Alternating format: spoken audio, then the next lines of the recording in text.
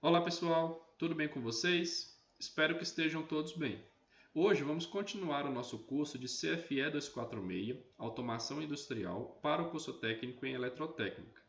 Meu nome é Eric Matheus da Silveira Brito, sou professor da Universidade Federal de Viçosa, Campus Florestal, e esta é a aula 8, sobre linguagem de programação ladder. Nessa aula, vamos ver algumas linguagens de programação aplicadas às CLPs, mas vamos focar os nossos estudos na linguagem ladder, vendo o seu diagrama e o seu princípio de funcionamento. Por fim, faremos exercício de fixação sobre o conteúdo que foi apresentado nesta aula. Bom, pessoal, começando aí, para que a gente entenda o que é uma linguagem de programação, a definição é de um meio de transmissão de informações entre dois ou mais elementos com capacidade de se comunicarem. A gente pode entender essa linguagem de programação como um idioma falado por determinado povoado, por determinada sociedade, né? Só comunica ali quem tem conhecimento sobre aquele determinado idioma. E quando a gente estende isso para uma linguagem de programação, a gente tem a capacidade, né, de ver que a linguagem de programação nada mais é do que o programador fornecendo instruções e informações para um computador que tem a capacidade de processar aquela informação que foi passada para ele. Então aqui a gente tem, por exemplo, o conceito de instrução. Uma instrução ela é um comando que permite, né, que o sistema com capacidade computacional para entender aquele comando, possa realizar determinada operação que aquela instrução traduz. Então, normalmente, é o programador que vai fornecer essa instrução para o computador, para o sistema computacional processar e executar. A linguagem de programação nada mais é que o conjunto padronizado dessas instruções, que faz com que é um conjunto de regras, né, um conjunto de instruções, como se fosse um idioma propriamente dito, como a gente acabou de discutir, capaz de detalhar, executar, controlar, sequenciar, enfim, fornecer as instruções necessárias para que este computador, este equipamento com capacidade de interpretação dessas instruções possa atuar, possa agir. Alguns exemplos de linguagem de programação, nós temos desde a programação em baixo nível, tipo Assembly, até programações em mais alto nível, tipo C ou C++, Java, Python, né? E a nossa linguagem de programação em ladder que nós vamos estudar nessa aula.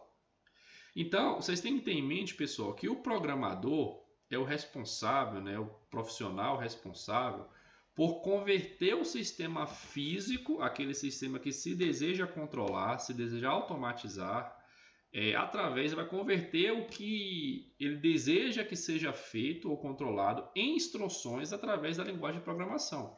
Então ele tem que ter o conhecimento dessa linguagem de programação e ele tem que ter o conhecimento do sistema físico para que ele consiga traduzir uma operação física numa instrução da linguagem de programação.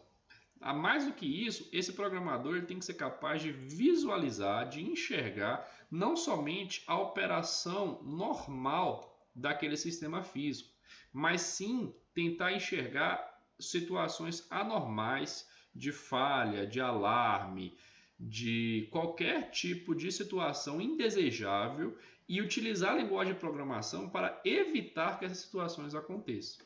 Então, isso é muito interessante, né? E depois que ele consegue desenvolver a sua programação, ele vai fazer o download desse programa no CLP e colocar o CLP para executar aquelas instruções que ele criou. Voltando aqui no tempo, né, a gente discutiu na aula anterior que muitos modelos de CLPs foram surgindo no mercado nos anos 90 e naquela época cada fabricante criava o seu CLP e possuía a sua própria linguagem de programação. Mais do que isso, um fabricante muitas vezes não comunicava com outro fabricante. Uma linguagem que você utilizava em um CLP não era a mesma que era utilizada no CLP de uma marca diferente. Cada um queria ter a sua própria linguagem de programação. E isso dava uma certa incompatibilidade entre os processos. Você tinha dificuldade, você tinha que saber diversas linguagens de programação. Você tinha que, às vezes você já tinha um CLP instalado e você ia trocar por outro de uma outra empresa e você tinha que mudar toda a programação, converter ela, né, numa nova linguagem. Então, em 1993 surgiu uma norma internacional, na época era o IEC 1131, parte 3, e futuramente ela foi revista e foi transformada na 61.131/3, que padroniza as linguagens de programação que são utilizadas pelo CLP.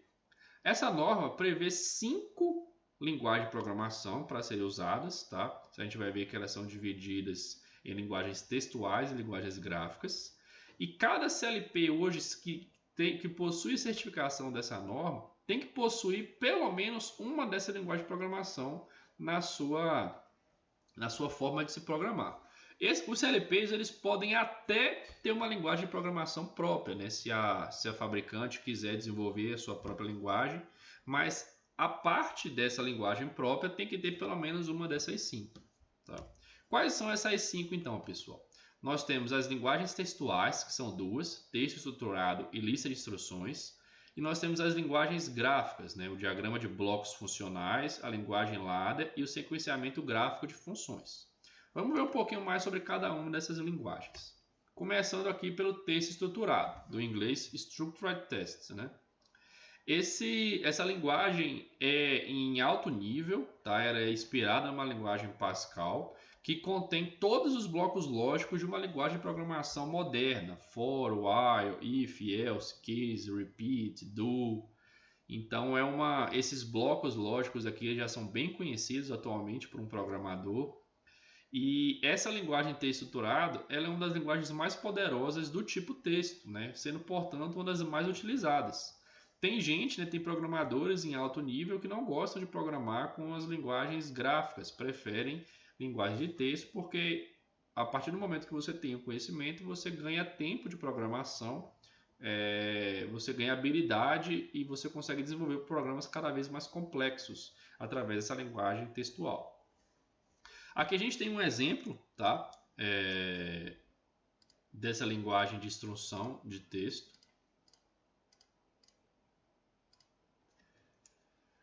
O que nós temos aqui? Imagine uma saída L, né? E quando que essa saída... uma saída L. Quando que essa saída L é acionada? Quando o barrado de A e o B são acionados. Então aqui a gente consegue converter essa instrução textual em uma forma já comum, né? Uma forma mais... que nós já estamos mais habituados aí de uma expressão lógica booleana, tá? Aqui do lado a gente tem um exemplo também mais complexo, né, de como que é a estrutura aí de um texto estruturado. Seguindo, nós temos lista de instruções, a próxima linguagem de programação, né, Instruction List. Essa é uma linguagem de baixo nível, baseada em assembly, onde cada linha representa uma execução, tá? Então ela tem uma característica puramente sequencial. E ela ultimamente é utilizada só em pequenos CLPs aplicados para processos muito simples, porque é trabalhoso e custoso você fazer programação mais complexa através dessa lista de instruções, né? Só para a gente ver, ó, cada linha de instrução vai ter um operador e vai ter a variável associada, né? Então isso aqui, por exemplo, é a mesma expressão que a gente tinha visto anteriormente, né? Esse LDN é o barrado, esse end é a função end que a gente está acostumado, e esse st que indica saída, né? Então meu L é igual ao A barrado B. A gente tem um outro exemplo aqui, né, onde a gente quer converter aqui esse circuito elétrico, né, na forma aqui de um diagrama multifuncional aqui, em uma lista de instruções. E aí a gente tem aqui o contato E0 e o contato E01 em série para acionamento da minha saída S80. Então a minha saída S80 é o E00, E01, tá? Passando agora para as linguagens gráficas, a primeira delas que nós temos são os diagramas de blocos funcionais. Essa é uma linguagem que vocês talvez tenham até facilidade de entendimento, porque ela é muito semelhante aos blocos lógicos utilizados em eletrônica digital. É um tipo de programação muito popular na Europa, e uma das grandes vantagens dessa linguagem é que você consegue criar blocos mais complexos através de um bloco mais simples, né? Então você pode utilizar os blocos elementares das funções AND, OR, NAND, NOR para você criar uma função mais complexa e aí você coloca todos esses blocos dentro desse bloco. É como se você criasse um novo bloco, né? Vamos supor aqui um bloco X com entradas aqui, por exemplo, true, desliga, botão 1, botão 2. Então é como se tudo isso daqui você pudesse converter em um só bloco, onde você tem aqui acionamento do motor, por exemplo. Então você converte todo um diagrama de blocos em um bloco novo e você permite então você ter um desenvolvimento hierárquico e modular da sua programação. Só para a gente ver aqui também, novamente a gente tem aqui o L, né, que é igual ao esse indicador aqui é de AND, o A barrado, B. Então isso aqui, como eu falei, é bem similar aos diagramas de blocos utilizados em eletrônica digital. E aqui a gente tem uma nova representação, né, onde a minha saída R, né, vamos tentar enxergar aqui quem é a minha saída R. Aqui eu tenho, nessa saída aqui, né, nesse ponto aqui, eu tenho B1 mais B2, né, representando. Aí eu estou barrando eles aqui. Então vou colocar aqui embaixo de uma vez. B1 mais B2. Aí eu estou barrando eles, né? Ou estou somando eles com uma condição de botar T de true, D de desliga. Então eu consigo representar a minha expressão lógica da saída do meu motor, seria dado por essa expressão lógica aqui. Nós temos os conhecidos, né, os esperados diagrama ladder, que são o objetivo de estudo dessa aula. São linguagens gráficas baseadas em lógicas de relés e comandos elétricos, uma das primeiras linguagens utilizadas em CLPs e até hoje é a mais utilizada, tá, pessoal? Como que ela foi criada e por que ela é a mais utilizada? A gente viu na aula passada que os CLPs eles surgiram para substituir quadros com lógicas baseadas em relés. Então imagine que você tem um operador de chão de fábrica naquela época com 20, 30 anos de fábrica, sabendo tudo sobre o acionamento, sobre a lógica de relés, né? E aí você cria do nada uma nova forma de programação e aquele cara vai ter que aprender tudo do zero. Então, na época, né, criou-se uma linguagem que você conseguisse fazer com que aquele operador conseguisse assimilar, né, o que ele tinha, como que ele fazia a lógica de relé nessa nova lógica chamada de linguagem ladder. Isso foi muito bem aceito na época e continua sendo muito bem aceito até hoje. Em alguns casos hoje, se você pensar que atualmente já é difícil você ter lógicas de automação baseadas em relés, os novos profissionais que estão entrando no mercado hoje, eles têm cada vez menos conhecimento sobre relés e cada vez mais conhecimento sobre linguagem de programação textuais. Então, até por isso que aquele texto estruturado ele tem ganhado cada vez mais espaço nos profissionais mais novos. Mas ainda assim, há uma grande utilização, a maior parte da utilização dos CLPs é através da programação em ladder. Tá? Como que essa programação ela funciona? Nós vamos estudar um pouco mais a fundo dela, mas basicamente há aqui um fluxo de energia virtual, tá? Que é como se aqui fosse o terminal positivo e aqui fosse o terminal negativo. Aqui eu tenho a bobina do meu contator, né? E aqui eu tenho as condições de acionamento, né? As entradas.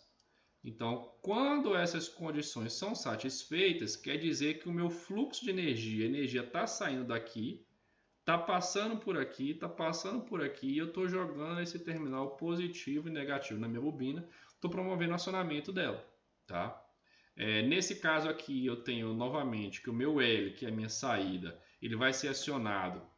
Como isso aqui está, o fluxo de energia está nesse sentido, esses dois contatos estão em série. Então eu tenho o A em série com B, né? Que a gente já viu que em série é a porta AND. Só que o meu A ele é barrado, tá? Então L é o A barrado B.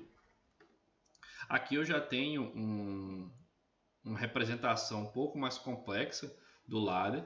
E aqui é importante que vocês saibam que o ladder ele funciona sempre da esquerda para a direita e de baixo para cima. Então, no ciclo de scan, né, como que vai acontecer? Como que ele vai rodar esse programa? Ele vai verificar cada linha de instrução, né? Isso é uma linha, isso é outra linha. Então ele vai executar essa linha nesse sentido, na hora que chegar nesse ponto ele executa essa linha no sentido de baixo. Então a ordem de execução é sempre da esquerda para a direita, de baixo para cima. Antes que a gente possa focar os nossos estudos no ladder, vamos ver a última forma de linguagem de programação gráfica, que é o sequenciamento gráfico de funções. Essa é uma linguagem gráfica baseada em Graph7, que é uma linguagem gráfica aí também já bem difundida em sistemas de informação, que permite a descrição de ações sequenciadas. Então aqui a gente tem a visualização gráfica do processo, por exemplo, aqui nós temos as condições de botão de stop, de alarme para acionar determinado motor. E aí quando a gente chega nesse ponto aqui, ó, existe aqui uma sequência de ações que devem ser realizadas nessa etapa, que quando elas forem realizadas 50 vezes, aí nós vamos poder acionar o nosso motor, por exemplo. Ou, né, depois, quando você tiver essa ordenação, essa execução aqui, você passa por uma etapa subsequente, por exemplo, e vai executar ela mais 60 vezes. Então, isso tem uma organização hierárquica bem interessante também, mas não vai ser foco do nosso estudo nessa nossa disciplina. Voltando para o ladder agora, focando no ladder. A principal função do ladder, então, é controlar o acionamento das saídas, né, das bobinas. Então, a gente vai ter condições, nós vamos descrever condições nas entradas para acionar a saída, exatamente como era feito lá na lógica de contatos a relé. Só que agora nós não vamos utilizar 50, 100 relés para fazer o acionamento, vamos utilizar apenas um contator. Então nós temos uma barra vertical à esquerda, que representa como se fosse o terminal, né, positivo, e nós temos uma barra vertical à direita, que é como se fosse o terminal negativo. Então o objetivo é que a gente leve o fluxo de energia da esquerda para a direita para fazer o acionamento da bobina. Vale lembrar, pessoal, que esse fluxo ele é virtual, tá? É como se fosse, faz de conta. Não existe ali um relé dentro do CLP, não existe uma bobina dentro do CLP a ser acionada. Isso é só para representar, para indicar quais condições que são necessárias para acionar aquela bobina. Tá? Quando essas condições são satisfeitas, então há esse fluxo virtual de energia e a saída é acionada. Só para a gente ver aqui então, por exemplo, eu tenho aqui o meu terminal positivo, aqui eu tenho o meu terminal negativo, né? E aqui, por exemplo, eu tenho aqui uma condição, eu tenho as minhas condições, eu tenho um contato normalmente aberto, um contato normalmente fechado. Então, quando essas condições são satisfeitas, a passagem, por exemplo, né, do fluxo de energia desse ponto. Aí, quando essa condição é satisfeita, vamos supor que isso aqui seja um botão. Quando eu pressiono o botão, esse cara fecha, né? Isso aqui é um contato normalmente fechado, então enquanto ele não foi pressionado, ele continua fechado. E aí chega aqui tensão na minha bobina, quer dizer que a minha saída, vamos chamar de Q1, ela foi acionada. Vamos entender então um pouco de simbologia aplicada no ladder, né? A gente já viu aí o contato normalmente, o contato aberto e o contato fechado e o contato da bobina. Então esse contato quadradinho ele é usado para entrada e esse contato redondo, né, de parêntese aqui mais ou menos, ele é utilizado para representar uma saída. Né? O contato de entrada ele pode ser normalmente aberto ou ele pode ser normalmente fechado. Tá? Isso quer dizer que quando essa entrada, isso aqui, pessoal, representa um contato discreto, ou seja, a entrada vale 0 ou 1. Quer dizer que quando vale 0 ela não permite a passagem de energia, quando vale 1 ela permite a passagem de energia. Da mesma forma aqui no contato fechado, quando é 0 ela permite a passagem de energia, quando é 1 ela não permite a passagem de energia. E a minha bobina também é um sinal discreto, quando é 0 ela não está acionada, quando é 1 ela está acionada. Nós podemos fazer associação então aí das funções, né, funções lógicas básicas no diagrama ladder. Primeira delas a função NOT, né, ou a função não, que é representada aqui por esse símbolo gráfico. Como é que seria ela no ladder? Eu tenho aqui que a minha saída Q1 ela vai ser acionada quando a minha entrada I1 não estiver acionada. Quer dizer que se isso aqui for 1, isso aqui é 0. Se isso aqui for 0, isso aqui é 1. Nós temos também a porta lógica AND. Quer dizer que a minha saída Q1 só vai ser ligada quando I1 e I2 forem ligados. Então, se isso aqui for 1, isso aqui for 1, isso aqui é 1. Em qualquer outro caso, 1, 0, 0, 1 ou 0, 0, a minha saída é 0. Diferente, por exemplo, da minha porta-lógica OR. Quando a minha saída Q1 ela vai ser estado alto quando I1 for igual a 1 ou I2 for igual a 1. Tá? O único caso que minha saída Q1 aqui não está acionada é quando I1 e I2 são iguais a 0. Nós podemos fazer essa representação para qualquer tipo de porta lógica que nós conhecemos, NAND, NOR, XAND, XOR, tá? Mas essas três aqui vão ser as mais utilizadas, tá, pessoal? Então vamos focar nelas. Tem algumas informações muito importantes que vocês ainda não devem ter percebido, mas vale a pena chamar a atenção de vocês, porque quando a gente for começar a resolver alguns problemas envolvendo o ladder, você já tem que ter o conhecimento. O primeiro delas é que no ladder nós podemos representar o contato como normalmente aberto e normalmente fechado, ou seja, são entradas digitais que podem possuir o valor de 0 ou de 1. Essas entradas elas podem ser botões, chaves, sensores, ou nós podemos utilizar o próprio estado das variáveis de saída, tá? A gente pode verificar, por exemplo, se a bobina do contador, né, teoricamente falando, ela está acionada ou não. Uma coisa interessante aqui, pessoal, é que esse estado que é apresentado no ladder, ele não está intimamente relacionado com o estado físico daquele componente. Como assim? Vamos pensar um botão normalmente aberto. Fisicamente, esse botão é normalmente aberto. E aí eu vou e conecto esse botão na minha entrada I1 do CLP, né? Ligo aqui no 24 volts, ligo o meu botão e ligo ele na entrada I1 do CLP. Quer dizer que quando eu aperto esse botão, eu jogo 24 volts para o CLP. Quando eu solto esse botão, está aberto, eu jogo 0 volts no CLP. Como que isso é interpretado no ladder? Tá? Se no ladder eu utilizo um contato normalmente aberto, quer dizer que esse contato vai ser acionado da mesma forma como o botão fisicamente ele é. Como assim? Quando eu aperto esse botão e eu jogo 24 volts, esse cara fecha, tá? Quando eu solto esse botão, esse cara abre, ou seja, idêntico. Então, se eu considerar o I1 aqui, isso é igual a isso.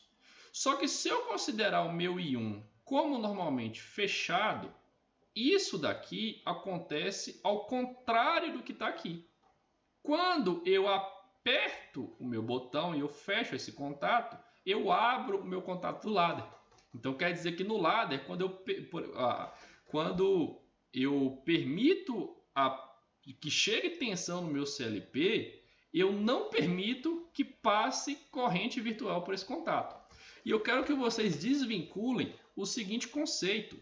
Não, esse 24 volts aqui, ó, ele não é responsável por conduzir nenhuma corrente para alimentar nenhuma bobina.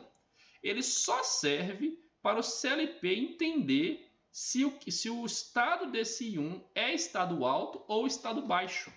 É 0 ou é 1, é 24 volts ou é 0. O que vai definir o acionamento é as lógicas utilizadas, as minhas condições utilizadas na entrada do meu ladder, tá?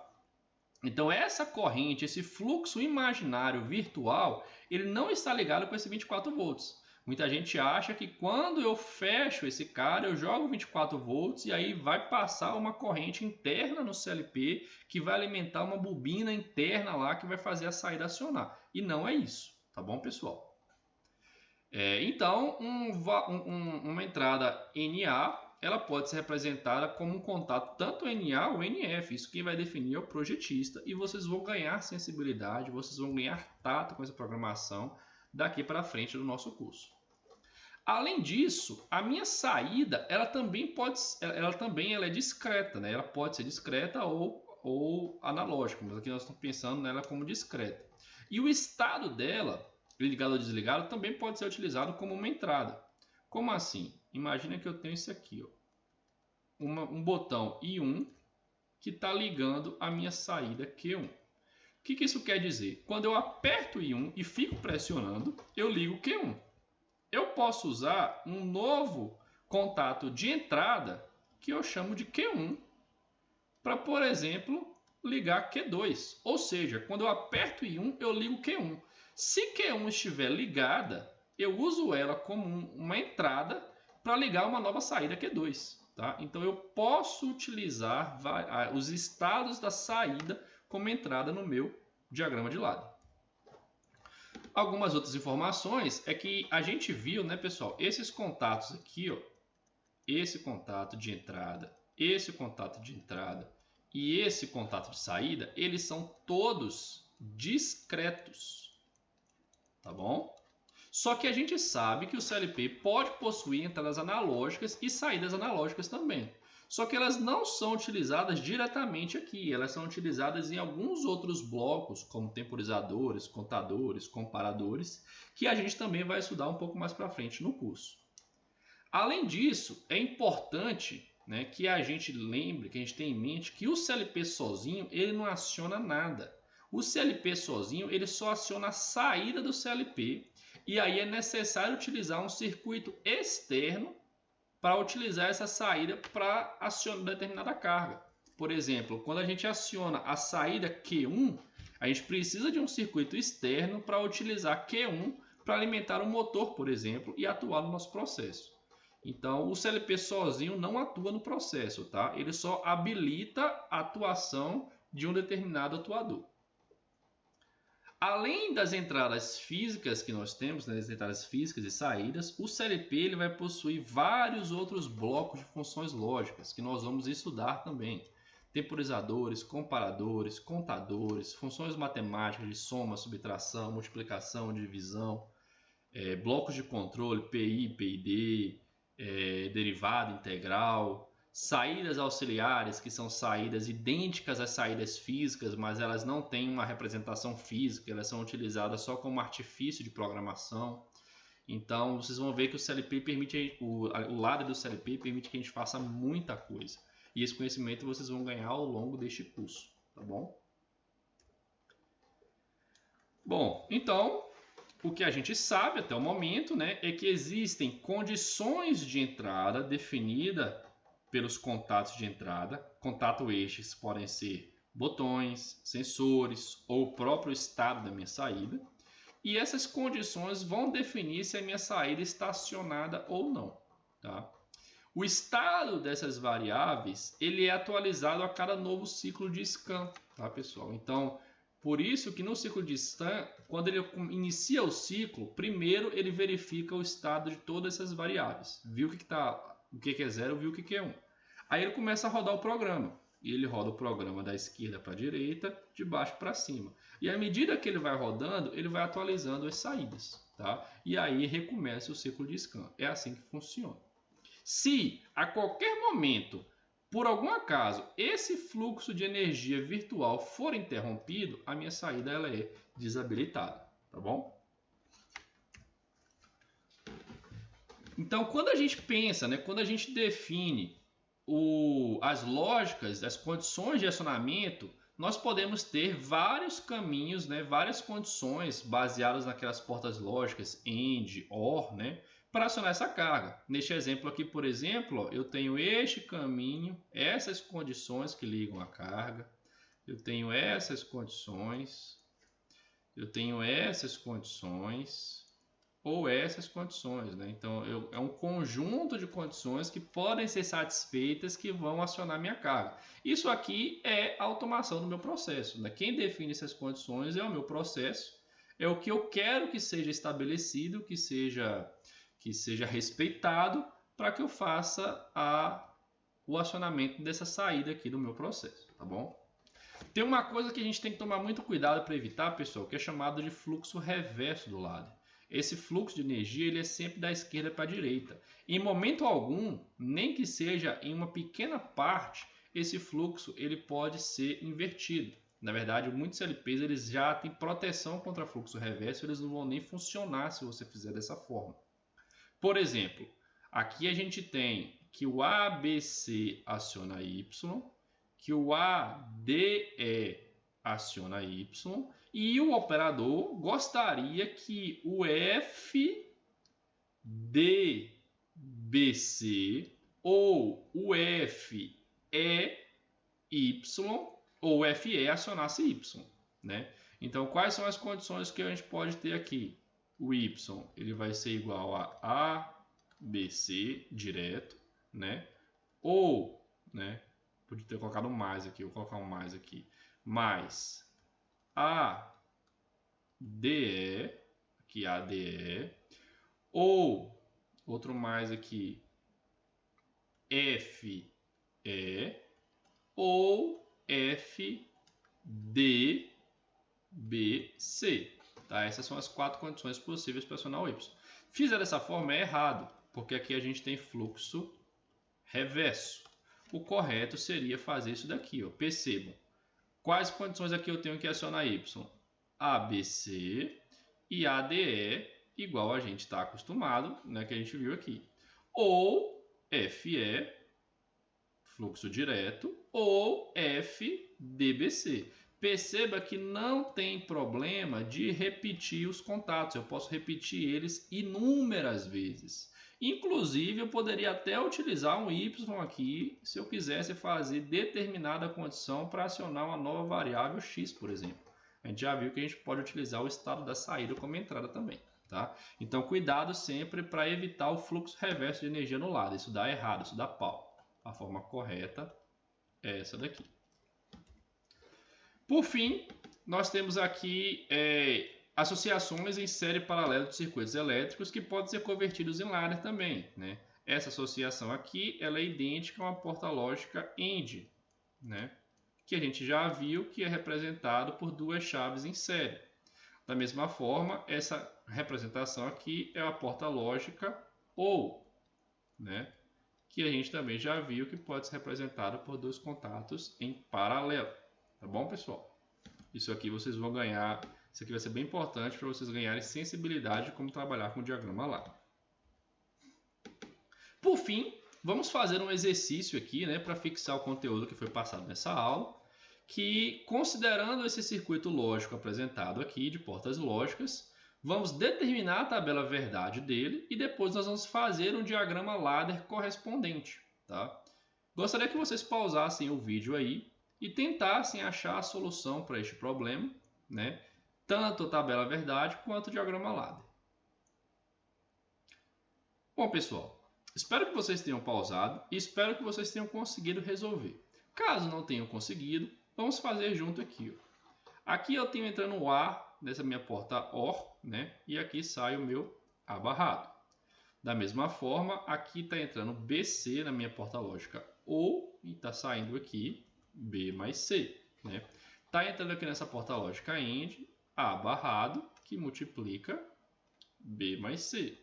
Perfeito? E está entrando aqui nessa minha porta AND o B, né, que está chegando aqui, e o C. Então aqui está saindo BC. Essas duas estão passando finalmente nessa porta OR aqui, e a minha saída S ela pode ser escrita como A barrado B mais C mais BC. Ok? Como que seria então a tabela verdade dessa resposta aqui, pessoal? Então, percebam aqui, né?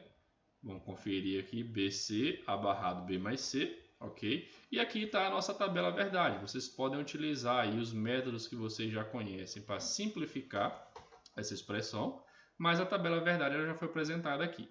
Quer dizer que a minha saída S ela vai ser acionada quando o C for acionado, independente, né, de A e de B. Quando o meu B for acionado, quando o meu BC for acionado ou quando o meu ABC for acionado. Tá? Como que isso pode ser convertido no diagrama ladder? Vamos enxergar aqui. Né? Eu ligo essa minha chave, né? Nesse primeiro caso aqui, ó, quando o meu C está habilitado. Então perceba que se eu jogo meu C para 1, esse cara vai fechar. Tá? Como o meu A é 0, ele vai permitir aqui o fluxo de energia, porque está fechado, normalmente fechado, eu habilito o S. Uma outra condição seria o B fechado. Né? Se o B está fechado, ele vai passar por aqui. Novamente, com o A barrado, eu permito aqui essa passagem de fluxo. Uma outra condição seria o B e o C acionado, né? B e C acionado, a mesma coisa, habilita o S. E uma terceira condição seria se o ABC estiver acionado, né? Dessa vez, o A acionado, ele vai abrir esse contato aqui, ó, e quando ele abre, ele não vai deixar que essa lógica seja mais utilizada para acionar o meu S. Então, eu só consigo habilitar o S agora através dessa linha de baixo. E essa linha de baixo é um BC em série, né? Uma porta end. Então, quando o meu A é igual a 1, o meu S só é habilitado quando o meu B e o meu C também são iguais a 1. Ok? Bom, pessoal, espero que vocês tenham entendido esses primeiros passos com o diagrama ladder, né? Na próxima aula, nós vamos começar a resolver alguns problemas um pouco mais complexos de automação envolvendo diagramas ladder, e nós vamos rodar um aplicativo, um software de programação, né, que é utilizado industrialmente para a programação e execução de um PLC da VEG, tá bom? Vejo vocês na próxima aula e um forte abraço.